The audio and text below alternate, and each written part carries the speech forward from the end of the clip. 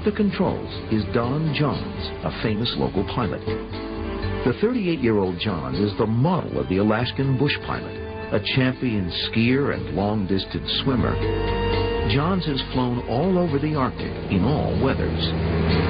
But some say that he's cocky, a risk-taker.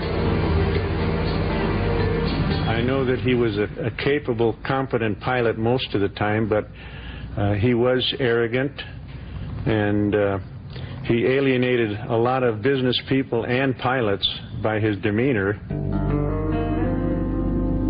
12 minutes into the flight, as the plane crosses the Chugach Mountains, Johns radios his flight plan. The tower replies with a question.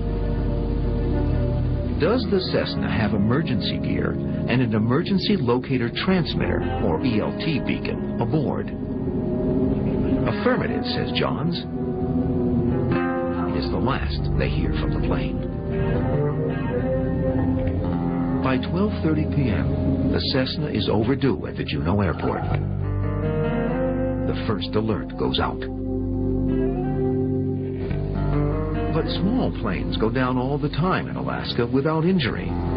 No one is panicked, particularly as the pilot, Don Johns, is a master of the emergency landing. We did get a very comforting call from Ted Stevens. Senator Stevens had been with the pilot many times who'd flown the plane, said that he personally had been down with the pilot twice, that he was a bush pilot that very well knew what to do if you got in some sort of emergency condition, and don't give up hope, because the guy's liable to be down someplace and they'll find him.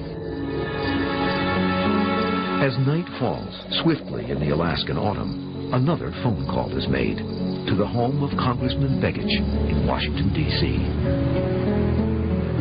You know, Mom got the call, you know, that there was problems, that the plane hadn't made it in.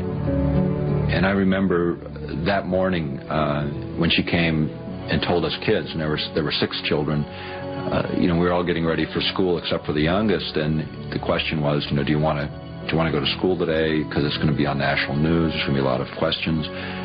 You know, and we're Alaskans. You know, we went to school. We did what we needed to do. But a well-meaning comment from a classmate shatters their stoic northern composure.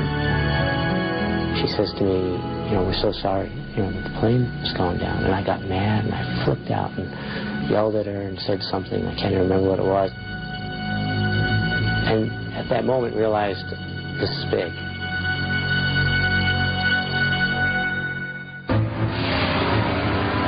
When we return, top-secret jets join the famed Alaskan Civil Air Patrol in the largest search operation of the 1970s.